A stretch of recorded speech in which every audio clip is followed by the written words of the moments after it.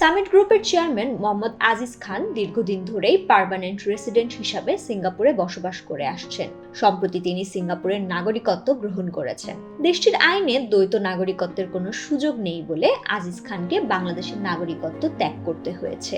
আইন ও অভিবাসন বিশেষজ্ঞরা বলছেন, কেউ সিঙ্গাপুরের নাগরিকত্ব পেতে চাইলে তাকে আগে বর্তমান নাগরিকত্ব ত্যাগ করে এর তথ্য প্রমাণ স্থানীয় কর্তৃপক্ষের কাছে জমা দিতে হয়।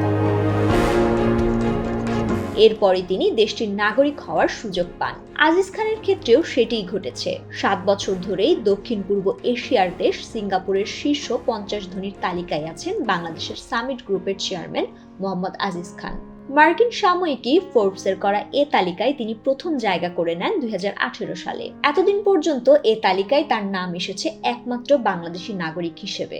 পাশাপাশি তাকে উল্লেখ করা হয়েছে সিঙ্গাপুরের স্থায়ী নিবাসী হিসাবেও। তবে সম্প্রতি ফোর্বস প্রকাশিত সিঙ্গাপুরের শীর্ষ 50 ধনীর তালিকায় আজিজ খানকে দেশটির নাগরিক হিসেবেই পরিচয় দেওয়া হয়েছে। সংশ্লিষ্টরা বলছেন, আজিজ খান বাংলাদেশের নাগরিকত্ব ত্যাগ করায় ফোর্বসের হালনাগাদ তালিকায় তার এ সংক্রান্ত তথ্য পরিবর্তন করা হয়েছে।